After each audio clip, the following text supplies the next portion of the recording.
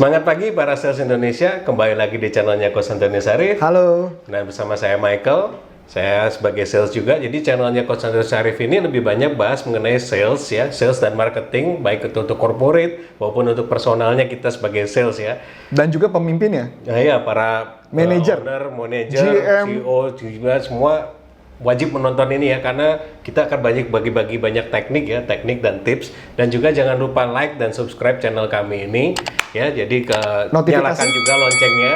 Nah ini kan kita sekarang nggak terlalu sering ini juga ya, cuma seminggu sekali jadi kayaknya. wajib nyalakan lonceng, jadi kalian bisa tahu kapan tahu muncul videonya. Tapi yang satu lagi Pak Michael, jangan lupa iklan kami ditonton, karena dengan iklan ini mereka mensupport kami supaya kami bertumbuh. Nah, kalau teman-teman memperhatikan, sebenarnya kami makin lama kami makin baik dan makin baik videonya, karena kami juga terus terang dari hasil-hasil di iklan-iklan dan sponsor-sponsor tersebut membantu kami untuk bertumbuh, sehingga kita bisa memberikan konten-konten yang layak buat Anda, konten apalagi yang bagus. Buat para sales ya saat ini. Iyalah, di kondisi kayak gini kita mesti fight, huha, kalau saya bilang mengatakan huha. Betul.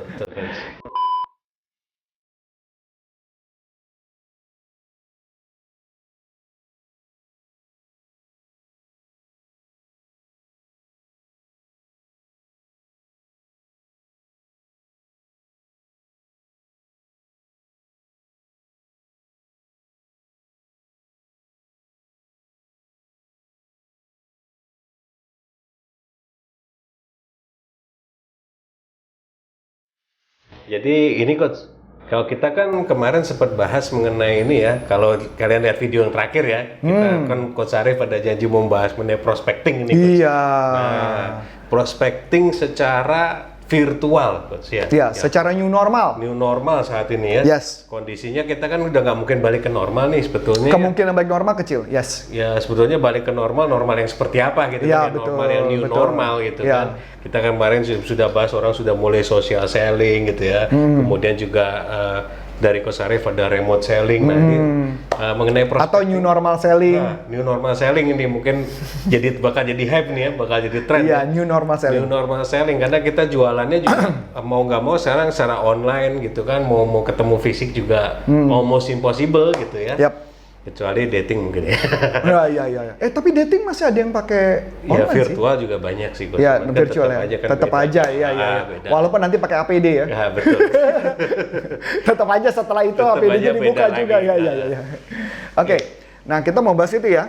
Ya, jadi prospecting ini Coach. Prospecting ya. Oke, sebelum kita masuk prospecting ya, ini gambarannya ada di sini masih ada ya.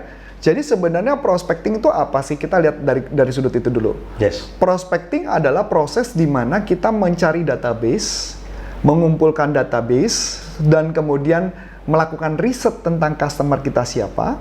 Setelah itu kemudian kita baru call kepada customer tersebut atau kontak kepada customer dulu. Ya. Nah, waktu zaman saya dan zaman Michael pasti pernah ngalamin, dulu kita pakai yang namanya Yellow Pages. Ada buku kuning tebel banget segede gini. Terus akhirnya keluar tahun berapa pakai CD. Iya kan? Akhirnya kemudian tahun berapa keluar lagi pakai website. Masuk di website. Betul, masuk website. Abis itu nggak ada yang bayar. Nggak ada yang bayar. Nah, karena nggak ada yang bayar berarti Yellow Pages hilang, lenyap. Nah, sekarang diganti metodenya. Nah, cara jualan ini yang dipakai oleh para penjual. Jadi sebenarnya gini konsepnya. Ini menarik ya. Jadi gini, ada konsep yang disebut namanya digital marketing, ada konsep yang disebut digital selling. Nah, digital marketing dan selling apa nih bedanya? Nah, ini menarik nih. Kalau digital selling itu artinya kita menggunakan teknik penjualan one on one langsung ke customer.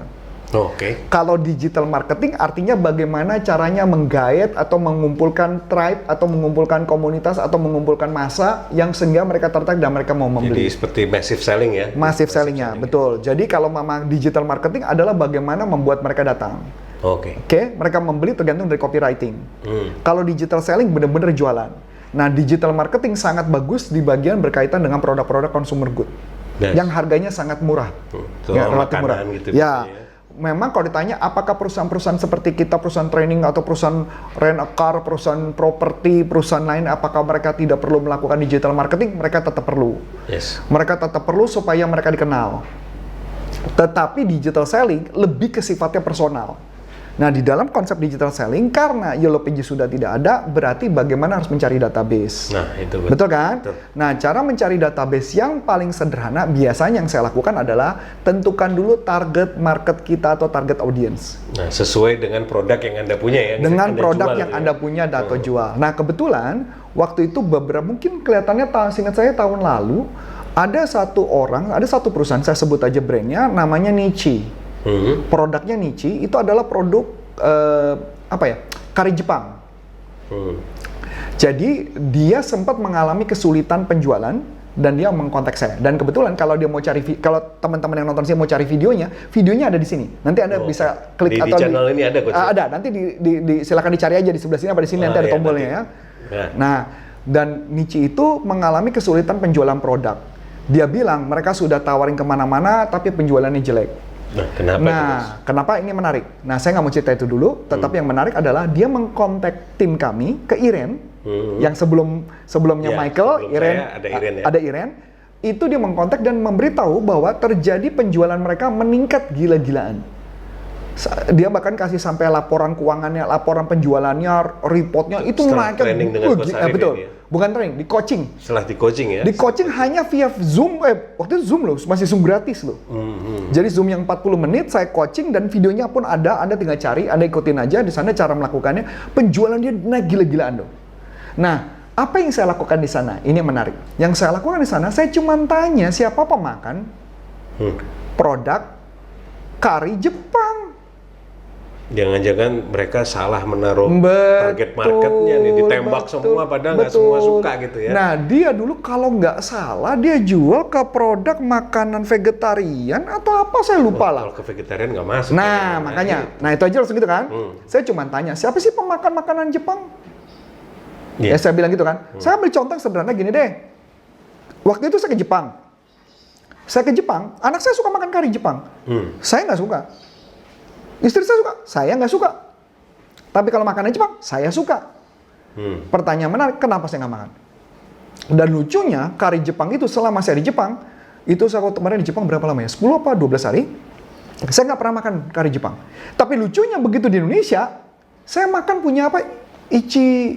Ichibanya atau apa gitu ya? Yang kotakan itu kan ya? Bukan. Yang restoran. Oh, restoran. Restoran kari Jepang. Berarti. Ichibana. Restoran kayak mirip Padang ya? Iya, kalau kari Padang lebih enak sih sebetulnya. Tergantung, Mike, tergantung. Ya karena beda spice-nya. Persepsi aja. Persepsi ya. Nah, jadi pada saat itu di tempat itu saya makan kok enak. Saya nyesel kenapa saya nggak makan di Jepang.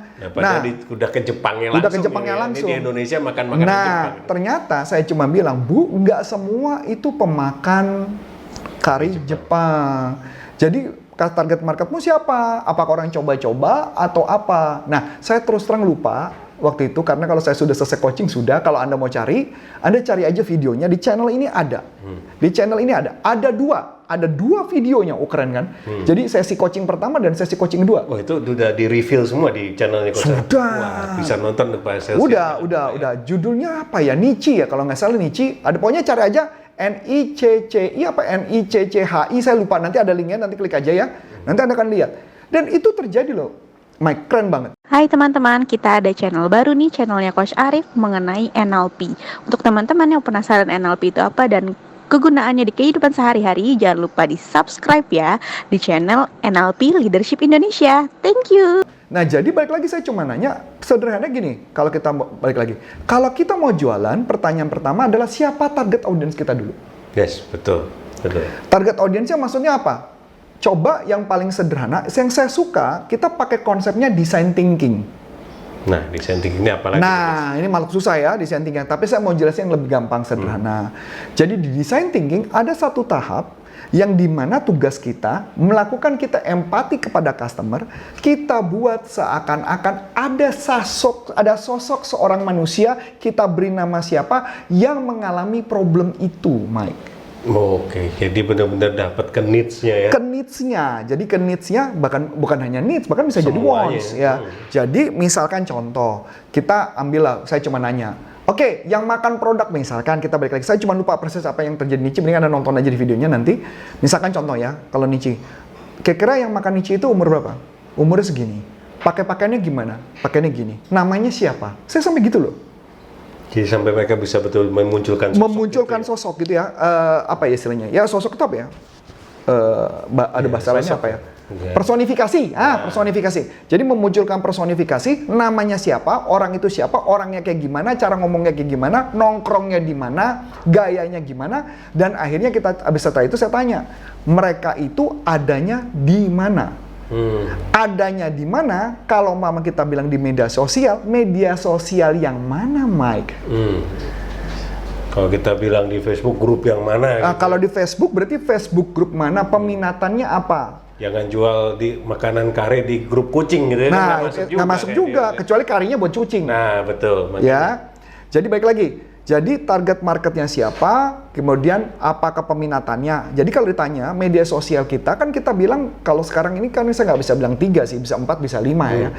Banyak sekarang. Kita bilang mungkin yang satu adalah mungkin yang paling sederhana adalah kalau corporate B2B berarti LinkedIn. LinkedIn lebih baik Anda mengklasifikasikan customer Anda siapa.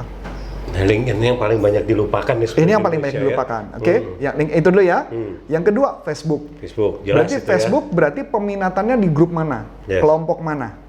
Kalau cuma posting di halaman sendiri juga nggak ada yang baca. Nggak ada baca. Malah malas orang lihat. Betul. Kalaupun Anda keluar duit iklan pun, keluar iklannya pun harus untuk memasukkan ke dalam satu komunitas. Salah satunya yang pernah saya tahu dari Mas J itu Jaya Setiabudi, ya, itu dia malah cerita tentang komunitas hijab, bro.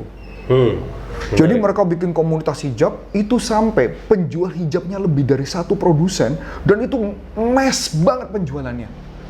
Jadi penjualan produknya cuman karena kumpulan itu mereka beli semua, bro. Ya apalagi soalnya ibu-ibu kan. Ya, apalagi ibu-ibu muda banyak juga. Yang satu beli, yang satu panas. Betul. Gitu kan. Satu beli, satu panas. Kayak gitu. Oke, 2 ya, Facebook ya. Yang ketiga, Instagram. Ya. Kalau Instagram berarti nongkrongnya di mana? Sama dong. Yang keempat, TikTok sekarang lagi ngetop. Betul. Walaupun saya belum TikTok ini saya terus terang saya nggak menguasai karena saya bukan main di B2C tapi saya mainnya di B2B. Nggak Jadi saya TikTok, tidak mengerti nih TikTok karena memang ada beberapa orang yang main di TikTok. TikTok ini bisa buat jualan, bisa. Cuman saya tidak mempelajari ini khusus ya. Yang kelima bisa YouTube. Jadi YouTube channel mana, nongkrong sama siapa, kita bisa saja melakukan influencer sama si orang itu. Bahkan ada tekniknya loh bagaimana influencer, tapi itu ngomong marketing. Karena kita ngomongnya selling, nggak ada hubungan, jadi kita fokusnya itu. Jadi ada 5 proses. Ada 5. Nah, jadi pertama tentukan dulu target audience, siapa customer yang mau dikejar, siapa yang mau digarap, itu dulu. Setelah Anda sudah dapat, nanti kita ada rumus berikutnya, Mike. Nah, menarik. Apa itu, Coach? Rumus seperti apa? Rumusnya adalah, nah ini siap-siap ya. Rumusnya adalah 10, 10, 10. Nah, 10, 10, 10. Apa itu, Coach? Nah, cuma karena saya mau, karena video ini kayaknya kita udah kepanjangan, saya nggak akan jelaskan di sini. Tapi mohon maaf, jangan Anda bilang, dasar ini clickbait dulu. Kemarin ada yang kasar loh mas saya ngomong. Sampai dikata-katain saya binatang gitu kan. Dasar apa disebutin itu karena saking gitu. penasarannya mungkin. Saking penasarannya. Saya mah ketawa-tawa aja. Bisa tidur gitu. Iya. Jadi saya cuma bilang saya akan jawab di video berikutnya. Saya tidak akan melakukan clickbait. Saya tidak akan melakukan clickbait dan saya benar-benar akan menjawab benar-benar itu jawabannya nanti. Lonceng dinyalakan. Jadi rumus berikutnya adalah 10, 10, 10. Rumus 10, 10, 10 itu apa? Nanti kita akan bahas di video berikutnya. Karena ini penting banget ini ya. Penting banget di saat ini sales harus tahu. Ya, tapi jangan lupa ya, di like, subscribe, nyalakan loncengnya, dan tinggalkan komen juga. Misalnya pertanyaan mengenai yang kita bahas tadi ya. Mengenai prospecting, virtual prospecting, new normal itu apa sih Coach dan sebagainya, mungkin masih ada yang belum paham, silakan tanya, nanti kita akan jawab. Dan yang paling penting ini ya, ini janji kita bahwa kita tidak melakukan clickbait. Kenapa? Karena sebelumnya kami sudah menjelaskan beberapa teknik dan kami menjelaskan secara lengkap. Dan bahkan kami sudah masuk di tahap prospecting. Jadi kalau Anda benar-benar tidak ngikutin, rugi banget. Rugi banget itu. Apalagi jadi sales ya, ketinggalan tekniknya sayang banget. Itu aja mungkin yang kita sharing kali ini. Nanti kita akan bahas di berikutnya adalah setelah 10, 10, setelah kita target audience sudah ketemu, apa yang harus digarapin, kita harus melakukan 10, 10, 10. Apa itu 10, 10? Kita saksikan di video berikutnya. Itu aja yang bisa saya sampaikan. So, oleh sebab itu teman-teman, semoga video ini berguna. Saya tahu badai masih kencang banget, tapi kita bisa melewati badai dengan baik. Selama Anda mengikuti ini, saya akan bimbing Anda untuk mengikuti keluar dengan baik. Dan jangan lupa, di dalam video saya saya pun ada punya podcast. Dan Anda asal dengarkan podcast saya tiap hari, Anda akan seperti di briefing langsung oleh saya, sehingga untuk penjualan Anda lebih bagus. Itu janji saya. Senin sampai Jumat, Anda akan ikutin podcast-podcast saya. Oke? Nah, kalau Anda mau cari podcast saya, benar-benar cari podcast, Anda bisa cari di Spotify juga. Yes. Kalau Spotify, Anda cari, nanti cari channelnya adalah, ya cari di Spotify adalah anchor.fm/Antonius Arif Selling, kalau nggak salah. Antonius Arif Sales. Kalau saya Ya, lupa nanti ada tulisannya, ada tulisannya. Ya, kalau saya lupa nanti ada tulisannya. Itu aja mungkin yang saya sampaikan. So, saya Coach Antonius Arif dan saya Michael. mengucapkan banyak terima kasih, sukses buat Anda dan sampai jumpa. Salam performan, bye-bye.